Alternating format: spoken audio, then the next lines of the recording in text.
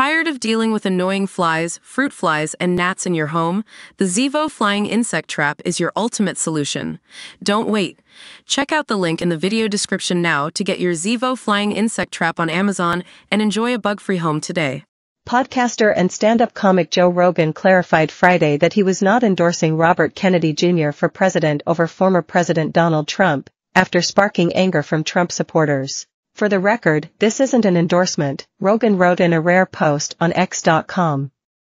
This is me saying that I like RFK Jr. as a person, and I really appreciate the way he discusses things with civility and intelligence. Rogan also praised Trump for his response to the assassination attempt on his life in Butler, Pennsylvania, after he was shot in the ear by a gunman.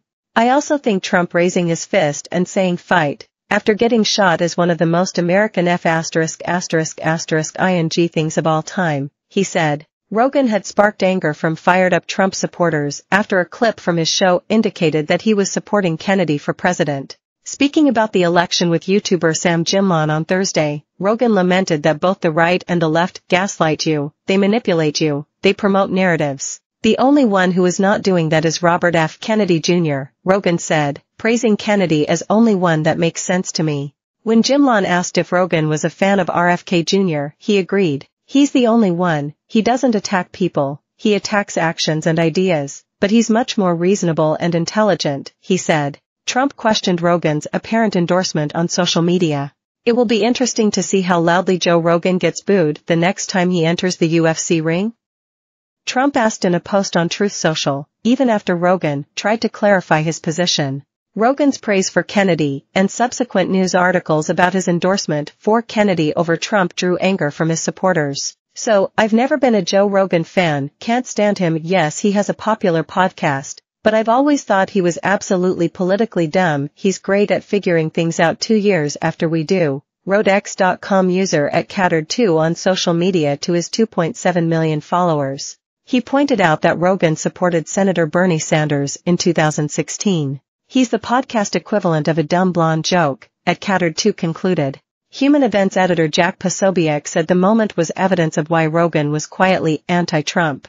Now you know why Rogan has a blacklist of pro-Trump people on his show, he wrote on social media, highlighting Rogan's praise of Kennedy. Rogan's podcast draws a large male audience, many of them Trump supporters. He interviewed Kennedy in June 2023, where they spoke about his family's history, government censorship, and the struggles with the government's actions on the coronavirus lockdowns and vaccine mandates. While Rogan has met and shook hands with Trump during his appearances at UFC fights, he has never hosted the former president for an interview.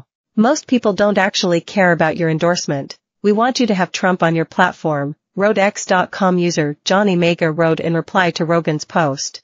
Podcaster Tim Pool, who previously announced his intention to vote for Trump, lamented that Trump's supporters tended to drive away like-minded individuals with their outrage. There's a reason they can't get a Rogan endorsement, and it's exactly this behavior, he wrote on social media. The top podcast, markedly independent, fair and honest, and they decide to go to war with it instead of trying to ally with it. Rogan made headlines last month after he predicted that Kamala Harris was going to win, even though he said was surprised by how quickly the media narrative turned in her favor.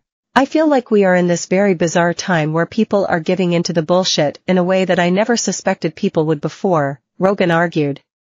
They just want no Trump, no matter what, and they're willing to gaslight themselves. And by the way, I think Hillary could win. Rogan has widely criticized President Joe Biden for months for his obvious mental and physical decline and typically sours on establishment politicians. He has hosted Representative Tulsi Gabbard on his show multiple times, and even hosted Senator Bernie Sanders in August 2019.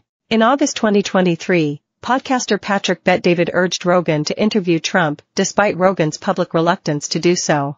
I don't know, maybe, Rogan said. At a certain point in time, it's just like. It would be interesting to hear his perspective on a lot of things.